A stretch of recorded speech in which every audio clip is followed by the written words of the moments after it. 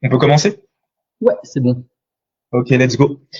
Bah écoutez, bonjour à tous. Donc moi je me présente, je m'appelle Hugo, fondateur d'Horizon Prépa. Donc c'est une prépa complémentaire qui a pour but d'accompagner les étudiants en prépa à aller chercher un top 5 très clairement ou un top 3. Et donc là, le but de cette vidéo, c'est de partager de la valeur. Donc là, je suis avec Mathieu Gaveau, professeur de géopolitique qui a l'ESCP et qui donne des cours aussi chez Horizon Prépa. Et donc qui va vous donner du coup deux trois méthodes pour vous aider au mieux pour ceux qui sont déjà dans la période des concours, bah, à réussir vos concours, sinon pour les premières années à progresser. Est-ce que j'ai tort, Mathieu? Non, non, je pense que c'est exactement ça. Le but du jeu ici, c'est de donner quelques petits conseils de dernière minute potentiellement pour les OCG2, mais aussi des conseils à appliquer sur le temps pour les premières années, des conseils que moi j'ai pu avoir grâce à des très bons professeurs et que là je donne en plus de ça, et potentiellement aussi de donner quelques avant-goûts de ce que pourrait être le cours des géopos avec moi. Voilà. Ok. Donc, sauf si je me trompe, toi, tu as eu 16 et 18 au concours. Ouais, exactement. J'ai aussi eu 20 à Écricom en géopolitique. En fait, il faut savoir que moi, j'ai passé les concours 2 fois, donc je suis cube. En première année, en carré, je venais d'une petite prépa et j'ai eu des notes très, très irrégulières. Donc, j'ai eu jusqu'à 18 et à partir de 6. Évidemment, j'ai eu 18 à Écricom et 6 à la BCE, sinon j'aurais pas cubé. En tout cas, voilà. Je sais que j'avais des très bonnes qualités en termes de géopolitique, des très bonnes connaissances, mais il me manquait deux grandes choses, la bonne méthodologie et les bons auteurs. Et ça, c'est des choses qu'on peut essayer de mettre en place grâce au cours, mais aussi des conseils pratico-pratiques qui sont très connus dans les 10 grosses prépas qui mettent tout le monde dans les parisiennes. Moi, clairement, j'ai passé les euros à l'ESSEC, à l'ESCP, je connais beaucoup de HEC. On n'est que de 10-15 prépas différentes Mm. pour des raisons qui sont finalement assez bête puisque c'est simplement des méthodos, de la connaissance et c'est quelque chose qui différencie vraiment les professeurs, le niveau d'un professeur. C'est pas tellement le niveau de leur cours, c'est plus leur connaissance du concours. Et nous, l'objectif, à Horizon Prépa, c'est d'apporter aux élèves potentiels ces conseils-là, malgré le fait qu'ils soient pas dans une des grandes prépas parisiennes. Ouais, bah voilà, t'as tout dit, hein. Donc, toi, en étant à l'ESCP, donc bah, dans le top 3, donc les meilleures écoles de commerce qu'on peut avoir après une prépa, bah, en fait, de ce que tu me dis, t'as constaté que vraiment il y avait, tu vois, un écart de niveau entre les différentes prépas. Donc, bah, le but là, pour ceux qui nous écoutent et qui ne sont pas forcément dans le top 15 des prépas, bah, c'est de bénéficier des conseils de Mathieu, qui lui justement bah, a été dans une excellente prépa et qui a intégré une excellente école. Donc, les conseils qu'il va donner, c'est vraiment sont vraiment là pour aider le plus de personnes possible. Est-ce que ça te va si on commence? Très bien, écoute, on peut commencer. Ok. Bah moi, tu vois, j'aimerais bien que du coup tu donnes, on va dire, trois conseils aux étudiants qui pourraient appliquer dès maintenant pour qu'ils puissent déjà avoir une progression dans leurs résultats. Donc, est-ce que déjà, tu aurais un premier conseil à leur donner? Alors, le premier conseil que je peux donner, il s'applique que vous soyez actuellement en deuxième année ou en première année, c'est de choisir une méthodo et de s'y tenir. Quand vous allez produire une rédaction en géopolitique, vous allez suivre un plan, un développement. Finalement, le but, c'est de faire toujours la même chose et de devenir un robot. Je m'explique. Si vous avez une méthode qui est vraiment en place, avec une bonne connaissance de votre cours, quel que soit le sujet, vous n'allez pas être perdu. Parce que même si le sujet est difficile, que vous êtes décontenancé par sa nature, vous vous attendiez pas à ce que ce soit l'Amérique du Sud ou que ce soit la France, parce que c'est des sujets des fois qui tombent comme ça qui sont surprenants, en suivant simplement la méthode que vous avez déjà appliquée sur plein de sujets que vous maîtrisez, vous allez simplement dérouler un schéma démonstratif que vous connaissez et que vous maîtrisez. Finalement, en fait, vous devenez un robot. Et pourquoi c'est extrêmement important de mettre ça en place? Parce que l'épreuve, 4 heures, c'est très court. Pour produire une rédaction d'excellente qualité, 4 heures, c'est très court. Encore pire pour l'épreuve ESCP, puisqu'elle ne fait que 3h10, puisqu'il y a la carte à faire en plus. Et à Écricom, il y a aussi les questions. Donc, il n'y a qu'une seule épreuve où vous avez vraiment 4 heures. Les autres épreuves, vous avez plus 3 heures, 3h10 pour trouver un plan, rédiger, relire, c'est extrêmement long, extrêmement difficile. Et si vous n'avez pas une méthode fiable, précise, qui est toujours la même, vous allez, ou au moins vous risquez grandement de faire des erreurs, de faire des grosses erreurs d'inattention, de sens, ou alors des grosses fautes d'orthographe. Et ça, le problème, c'est que le correcteur du concours ne pardonne pas certaines erreurs. Moi, j'ai corrigé la copie d'un élève récemment. Il avait fait ça, sa copie pendant un DS, et il fait une très grosse erreur à un moment. Il a confondu multilatéralisme et gouvernance mondiale. Moi, je me suis mis en tant que correcteur, il n'avait pas la moyenne. La copie était pas mauvaise, mais par un manque de méthodologie, et donc logiquement un manque de temps, il a laissé dans sa copie une erreur qui était plus grosse que lui, et ça a complètement plombé sa note, et moi je me suis dit je peux pas lui mettre la moyenne avec une erreur comme cela. Donc le premier conseil, explicitement, choisir une méthode, se l'approprier, c'est-à-dire faire plusieurs plans, plusieurs dissertations de la même façon, et s'y tenir, devenir un robot. Ok, bah déjà c'est excellent ce que tu dis par rapport à ça, parce que dans ce que tu dis, enfin moi de ce que je comprends, c'est qu'en gros en ayant une méthodologie qui nous est propre, en fait, on gagne du temps sur les Ouais. épreuves, parce que les épreuves c'est une épreuve de temps. Donc tu l'as bien dit à l'ESCP, toi il y a une carte à faire, c'est très long et fastidieux. En tout cas pendant les 4 heures c'est assez short de terminer l'épreuve dans les temps. Mais maintenant la question arrive, et je pense que aussi ceux qui nous écoutent auront cette question-là, c'est de se dire mais comment sélectionner les bonnes méthodes, parce que certains sont dans des prépas moins bonnes que les autres. C'est pas une insulte, mais c'est un fait dans un système où il y a plein de prépas, donc forcément il y a des meilleures prépas et des moins bonnes. Et ceux qui sont dans les moins bonnes, en fait, n'ont pas accès aux bonnes méthodologies qui leur permettront, tu vois, de réussir. Est-ce que pour eux, tu auras un conseil par rapport à ça? Je comprends tout à fait ce problème-là, c'est-à-dire que quand je parle de méthodo, évidemment, il faut savoir ce qu'on entend. Je vous demande pas du tout, en tant qu'élève, d'inventer une méthodologie de nulle part, hein, surtout 3 mois avant les concours. Il y a plusieurs façons. Déjà, vous pouvez regarder la méthodologie de votre prof et potentiellement vous l'approprier. Mais ça, pour juger de la qualité de la méthodologie de votre prof, je vous invite à regarder la moyenne de votre prépa au concours chaque année. Si c'est en dessous de 12, c'est que sa méthode est nulle, clairement. Donc, si vous cherchez d'autres méthodes, moi je vous encourage à trouver des sources externes. Donc il y en a qui sont gratuites. Il y a des prépas en ligne qui publient des copies où la méthode transparaît, mais finalement, pour le dire honnêtement, la meilleure façon c'est de passer par un prof particulier qui va explicitement vous donner la méthodologie telle que vous avez besoin de la savoir. Moi, si par exemple vous prenez les cours de géopo avec moi, j'ai une méthode qui est en place dans les 4 plus grosses prépas plus les prépas que j'ai fait personnellement. Elle est rapide à mettre en place et surtout, je vais avoir la possibilité de vous expliquer rapidement. Ensuite, l'apprentissage, l'assimilation d'une telle méthode, ça vous prend maximum 2-3 mois si vous y passez plusieurs heures par jour.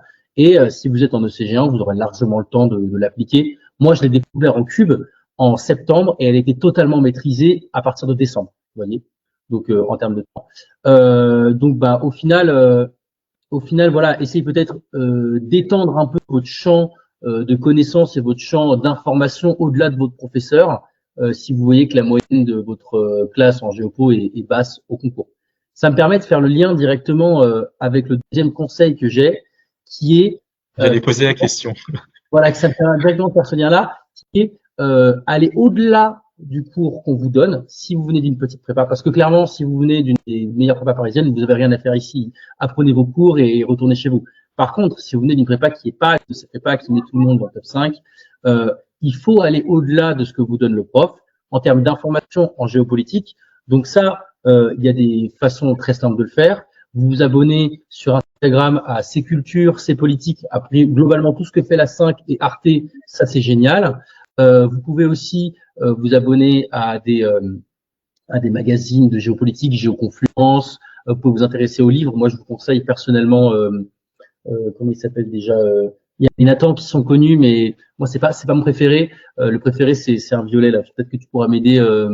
Et puis on mettra une image là quand ça me ouais, on mettra ça au montage. On mettra une image. Mais donc voilà, potentiellement aller chercher des sources au-delà de ce que votre professeur a à vous donner, mais respectez votre professeur. Ce que je veux dire par là, ça veut dire continuer à aller en cours de géopolitique, continuer à suivre le rythme que vous impose le professeur. Même si le professeur, vous le trouvez mauvais, même si vous n'êtes pas d'accord avec sa façon d'enseigner, même si vous trouvez qu'il va trop lentement sur un sujet, je vous conseille très simplement de rester sur le rythme de votre professeur, parce que si vous restez sur son rythme, pendant que vous bossez un cours, même si c'est pas du tout le cours qu'il vous donne, vous allez avoir l'école et les DS qui vont ensemble, puisque forcément le prof impose le rythme au colleur et il donne les DS. Donc ça, c'est vraiment quelque chose que je vous conseille. Ne prenez pas totalement abstraction de ce que fait votre professeur, même si vous le trouvez très mauvais, parce que ça va vous donner un cadre qui est quand même plus important que ce qu'un professeur particulier comme moi pourra vous donner. Donc, le deuxième conseil pour le résumer rapidement, allez au-delà du cours de son prof, mais respectez le rythme qu'il donne, respectez potentiellement les conseils qu'il va vous donner, allez au DS, allez au col, parce que si vous vous retrouvez seul dans la nature, vous n'allez pas vous en sortir parce qu'il y aura trop d'informations et que dès qu'on concours arrive, il y a la géopo, mais il y a aussi la philo, les maths, et si vous êtes tout seul, bah ça marchera pas pour vous. Et surtout, bah, tu vois, comme tu l'as dit, même si voilà, les élèves trouvent que leur prof est mauvais, en fait, sur ça, il n'y a pas de souci, il y a des ressources externes. Donc, Voilà. par exemple, chez Horizon Prépa, nous, on a un guide où aussi on donne des conseils en géopolitique. Et pour ceux qui veulent aller plus loin et qui veulent être vraiment encadrés et être suivis et être sûrs de progresser, alors là, évidemment, bah, il y a des cours particuliers, bah, du coup, avec toi, Mathieu, hein, donc tu donnes des cours en géopolitique. Juste pour les présenter, c'est 8 heures de cours dans le mois, donc 2 heures par semaine, avec aussi du coaching avec un coach à HEC pour travailler sur tout ce qui est de l'ordre de la méthodologie. Là, on est en train aussi d'implémenter un système de rediffusion aussi des cours. Donc, bientôt, les cours seront enregistrés. Ils seront enregistrés sur un drive où les élèves pourront y accéder quand ils le veulent. Et bientôt aussi, il y aura des fiches de cours. Donc, en fait, il y aura tout un pack global. Donc, c'est un accompagnement complet où, bah, vraiment, on s'assure que les élèves, ils progressent, qu'ils soient dans de bonnes prépas ou non. Le but, c'est que vraiment, bah, ils progressent, etc. Et donc, même si parfois, parce que ça arrive, hein, moi, j'en entends parfois aussi, pendant d'excellentes prépas, je vais pas dire les mots parce que sinon je vais me faire tuer. Mais voilà, on entend que oui, il y a un tel prof qui pose problème parce que Ah oui, les élèves n'aiment pas le rythme et tout, etc. Bon, c'est pas un souci. Comme le dit Mathieu, il faut rester dans cette prépa, il faut suivre le rythme du prof. Mais par contre, la solution, c'est d'aller trouver une source voilà. externe. En fait, disons que le gros avantage, moi, ce que je vous apporte en tant que professeur, déjà, il y a tout le temps que vous allez gagner à ne pas chercher des sources et à ne pas chercher finalement des références culturelles. Parce que moi, en fait, à temps plein, je suis énormément à l'actualité géopolitique, je vais à des conférences, ça c'est quelque chose qui prend énormément de temps. Moi, c'est ma passion, donc c'est pas du tout un problème pour moi. Mais vous, étant donné que vous êtes en pas, vous n'avez pas le temps d'aller vous taper des conférences de 3h30 au Centre Pompidou le lundi soir ou de regarder la rediffusion en live du discours de l'État de l'Union à 3h du matin. Ça, c'est des choses que moi, je mets en place de mon côté. Je récupère dedans des références qui sont parfois exclusives à mon cours et qui ensuite vont, finalement, elles sont pas secrètes, mais voilà, elles vont quand même rester assez exclusives. Je vous donne aussi des faits d'actualité, des études de cas qui sont très récentes. Et en fait, voilà, ce que je vais pouvoir vous apporter, c'est vraiment toutes ces connaissances, plutôt que de devoir aller les chercher, de passer un temps fou à les chercher, à les trouver, vous allez les avoir directement compilés. Moi, je garde que ce qui marche, je garde que ce qui est efficace au concours, et je vais pouvoir en plus vous l'expliquer. Grâce à ça, grâce à cet ensemble de connaissances, de savoirs et d'auteurs, vous allez construire une bibliothèque de références et parfois de paragraphes, et vous allez pouvoir construire vos problématiques et toutes vos dissertations autour de ça. Ça marche en vrai, en DS et en colle. En plus, c'est excellent parce que les références que tu as, en fait, ça sera des références de niche qui intéressent vraiment les profs de géopolitique. Oui. Et ces références-là ne vont pas se retrouver dans toutes les copies, peut-être dans une des copies. Bah en fait voilà l'intérêt que j'apporte, c'est que une référence, si elle est dans le latent, vous pouvez être certain que tout le monde l'a. Voilà, on parle des frontières, tout le monde a Michel Fouché. Ok, ça c'est bon. Si vous voulez vraiment faire la différence, autant apprendre des références qui sont assez exclusives. Et c'est pas plus long d'apprendre une référence exclusive d'un mec que personne connaît, par exemple Antoine Garapagon que je suis allé voir l'an dernier. Ça prend autant de temps d'apprendre Antoine Garapagon que d'apprendre Michel Fouché, vous voyez. Donc, on peut vraiment valoriser votre temps pour vous faire gagner du temps et gagner des points finalement en DS. Et puis, il faut savoir aussi que le monde de la géopolitique, c'est quand même un petit monde, il y a un petit nombre d'acteurs. Avoir une connaissance accrue de ce milieu social, c'est un gros apport que moi je peux vous faire, puisque je sais qu'il y a telle ou telle personne, qui a telle ou telle réputation dans ce milieu-là. Et ça, potentiellement, ça peut être exploité. Vous pouvez apprendre à vous méfier de certaines références qui sont données de façon totalement dénuée d'analyse sociale dans les natans, mais qui sont clairement explicites dans la sphère géopolitique. Si vous citez, bon, je ne veux pas dire son nom, mais une personne qu'on cite beaucoup et dont le prénom est deux mêmes lettres, Les profs de géopo le détestent. Et ça, vous pouvez pas le savoir si vous lisez Nathan. Ça, c'est le genre de choses que je vais pouvoir vous apporter, et que Horizon Prépa va pouvoir vous apporter. Et en plus de ça, c'est vraiment l'avantage d'Horizon Prépa, c'est cet accompagnement complet. Moi, en plus de donner les cours, je corrige les copies, je peux aider à rapidement. Il y a un élève qui m'a demandé, voilà, je vais avoir une colle, qu'est-ce que tu penses du plan que j'ai mis en place? Je peux donner des petits conseils comme ça, en plus sur mon temps libre. Et c'est vraiment l'identité d'Horizon Prépa, c'est d'apporter cet accompagnement complet, et pas juste 2 heures de cours et puis on raccroche et c'est fini. Ouais, en fait, t'es quand même disponible toute la semaine, quoi, pour toutes Ouais. les demandes de correction de copies. Oui. Même, par exemple, sur l'école, tu t'as donné toi-même l'exemple. Donc, ouais, Ouais. ouais, c'est hyper intéressant, quoi. Ok. Dernier conseil? Alors j'ai un dernier conseil. Alors celui-là, il s'applique plus aux premières années qu'aux deuxième années, hein, même si vous êtes en deuxième année et c'est jamais trop tard. Mais pour moi, c'est la façon que vous allez avoir de ficher vos cours, de vous organiser. Évidemment, je vais pas vous dire qu'il faut faire des bonnes fiches et être bien rangé parce que ça, tout le monde le sait. Ce que je veux vous dire, c'est que quand vous fichez un cours, quand vous préparez un cours, voire un DS, ne réfléchissez pas au DS. Réfléchissez au concours. Il faut toujours avoir dans la tête cette perspective du concours. Il ne faut pas l'avoir dans un schéma qui est apeurant. Vous ne devez pas tout le temps être en train de vous concentrer sur ce concours, surtout si vous êtes en première année. Par contre, ce que vous devez vous dire, c'est que une fiche que vous allez produire, au mois de mars 2025, elle va peut-être être amenée à vous servir dans vos révisions du mois d'avril 2026, voire 2027. Donc pour ça, il y a toute une série de méthodes qui vont mettre en place que je peux vous donner pendant mon cours. Mais rapidement, déjà, s'il vous plaît, fichez sur ordinateur. Je suis désolé, mais on n'est plus au lycée. Ficher sur du papier avec son petit feutre surligneur, c'est très mignon, mais c'est pas du tout efficace pour plusieurs raisons. Premièrement, si vous partez en vacances, que vous n'avez pas vos fiches, vous ne pouvez pas les travailler, alors que si elles sont dans le cloud, vous les aurez. Deuxièmement, quand vous écrivez notamment au stylo plume sur une feuille Bristol et que vous surlignez par-dessus, ça s'efface au bout de 2-3 ans. Donc, si vous faites une copie en bisu et qu'en cube, vous voulez la revoir, eh ben, elle sera illisible.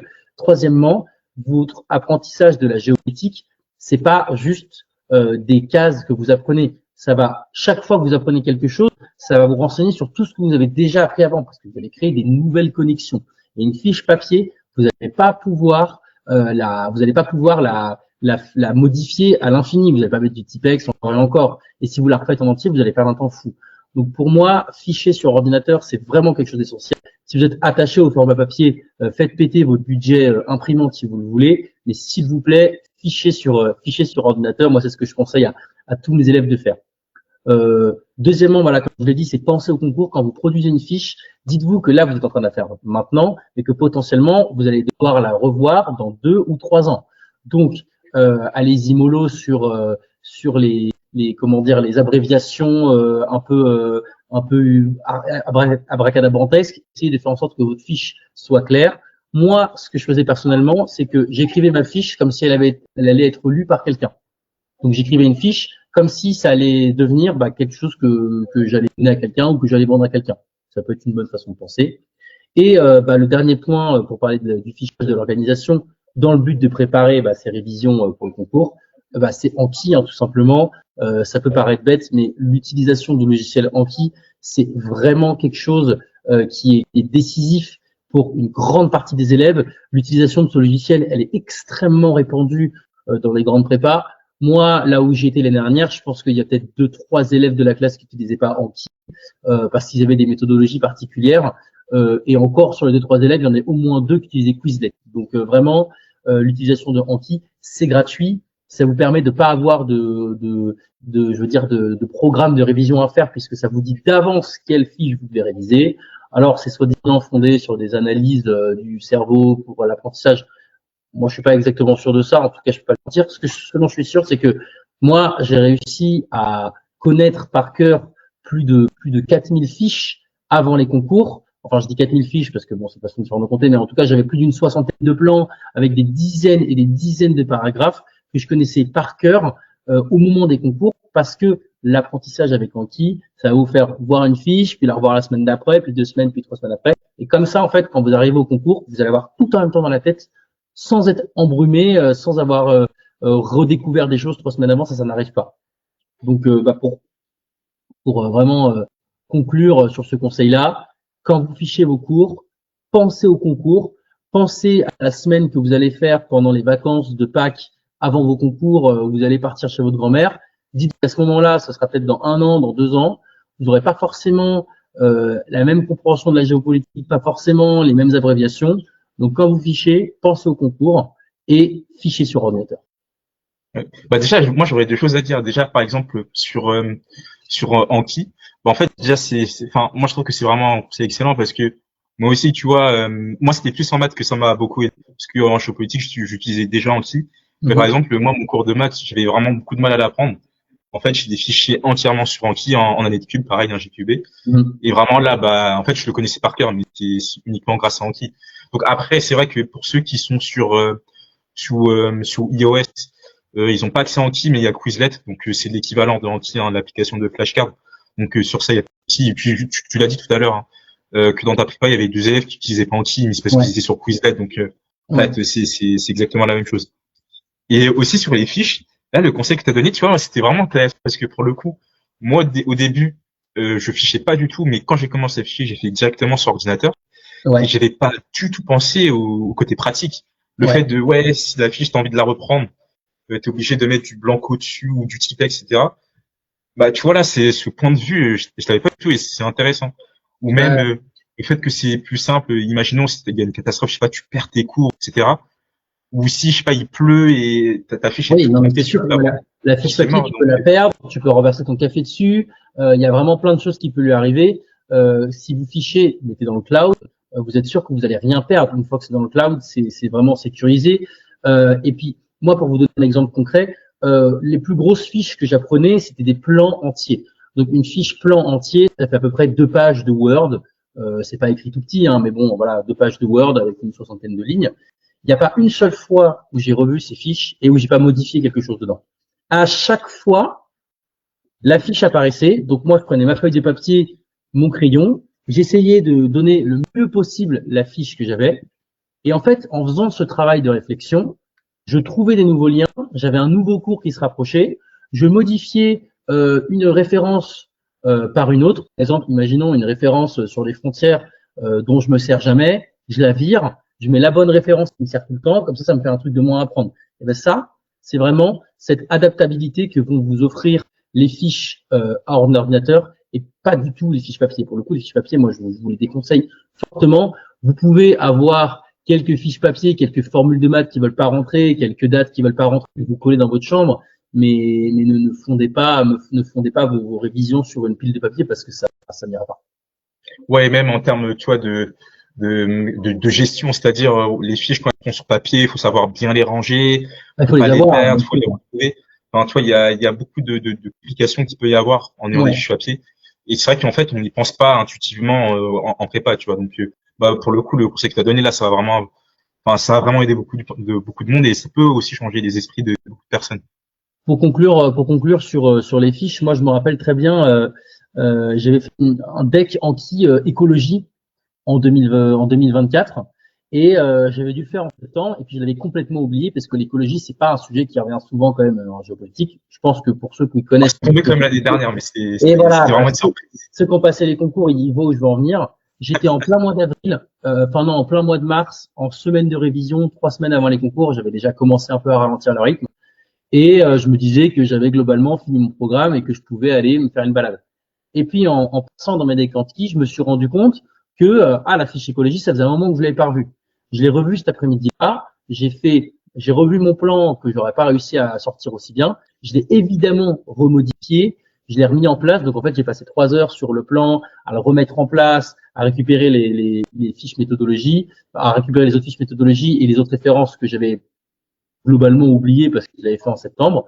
Quand le sujet est tombé au concours, j'ai passé peut-être 20 minutes sur le plan, puisque tout était par cœur dans ma tête. Et ça, c'est un truc qui a été rendu possible grâce à Anki, parce que j'avais cette fiche à laquelle j'avais pas du tout pensé, toujours sur moi parce que c'est dans le cloud, et surtout parce que c'est le logiciel qui m'a rappelé de le réviser. Moi, tout seul, je l'aurais jamais révisé. Je dis pas que j'aurais une bonne note, mais en tout cas, ce qui est certain, c'est que quand le sujet de l'écologie est tombé, je pense que dans la salle de 250 à Genève, je suis le seul qui a eu le sourire jusqu'aux oreilles parce que je savais très bien que mon plan était prêt et que j'ai eu fini de rédiger ma rédaction. Il restait 3 heures, je me suis tourné les pouces la dernière heure de l'épreuve, quoi. Mais ça, vraiment, c'est un cheat code, hein, parce que quand tu Ouais. fais ton plan en 20 minutes, quand les autres le font en 1 heure, mais t'as un gain de temps terrible, ce Ah qui te bah, laisse plus de temps. Je sais pas si tu fais beaucoup de fautes d'orthographe, va passer plus de temps ça sur m'a donné, l'autocorrection. ça m'a donné Si beaucoup t'as de un temps problème pour sur le les corriger. références, tu peux y penser pendant plus longtemps, et peut-être, je sais pas, remodifier des phrases, etc. Enfin, c'est vraiment tout à leur avantage, quoi. Et vraiment, ouais, Ça m'a donné c'est un game beaucoup plus changer. de temps pour l'auto-correction et surtout pour le style, en fait, puisque quand vous écrivez le paragraphe une première fois, vous l'écrivez de façon un peu brute, et j'ai pu mettre du style, dans l'heure qui me restait, j'ai pu mettre du style, j'ai carrément fait les 3 premières phrases de mon accroche en alexandrin juste pour rigoler. Vous voyez, c'est le genre d'aisance qu'on peut avoir si on arrive bien préparé au concours. Ce qui est un truc qui est absolument inimaginable pour quelqu'un qui n'a pas toutes ses fiches dans sa tête. Donc voilà, pour conclure sur ce sujet-là, sur ce sujet des fiches, fichez sur ordinateur, pensez au concours quand vous fichez, et puis utilisez-le. En tout cas, bah, merci Mathieu déjà pour toute la valeur que tu as partagée. C'est gratuit, hein, donc tu aurais très bien pu le faire payer. Donc c'est vraiment cool de ta part. Donc voilà, pour rappeler, donc Mathieu, lui, il est professeur de géopolitique chez Horizon Prépa. Horizon Prépa, nous, on a une formule assez complète avec 8 heures de cours par mois, dans lesquels, évidemment, il y a des cours particuliers de géopolitique, un coaching aussi avec un prof d'HEC pour travailler tout ce qui est méthodologie ou même confiance en soi durant les épreuves. Il y a un suivi des notes avec soit moi, soit un membre de l'équipe pour être sûr que l'élève progresse. Et donc voilà, donc si vous avez d'autres questions, bah, n'hésitez pas du coup à nous les poser. On mettra le lien en description pour toute inscription ou même le lien du site pour tous ceux qui veulent en découvrir un petit peu plus sur Horizon Prépa. Et donc je sais pas si toi, du coup Mathieu, tu as quelque chose à rajouter. Ah Bah si, non, j'ai une mais question. J'avais une ouais, question. tu peux. On va partir. Ouais. Moi, j'aimerais connaître ton avis par rapport, tu sais, aux cours particuliers en prépa, aux cours particuliers et VS accompagnement. Parce que je sais que du coup, il y a beaucoup d'élèves qui arrivent en prépa en disant que oui, bon, je fais beaucoup de cours particuliers au lycée. En prépa, ils refont des cours particuliers, en fait, ça avance pas plus. À la place, il y a des accompagnements comme nous on propose, beaucoup plus complets parce qu'évidemment, bah là, ce qu'on demande en prépa, c'est pas les mêmes attentes qu'au lycée. Donc, moi, j'aimerais avoir ton avis par rapport à ça.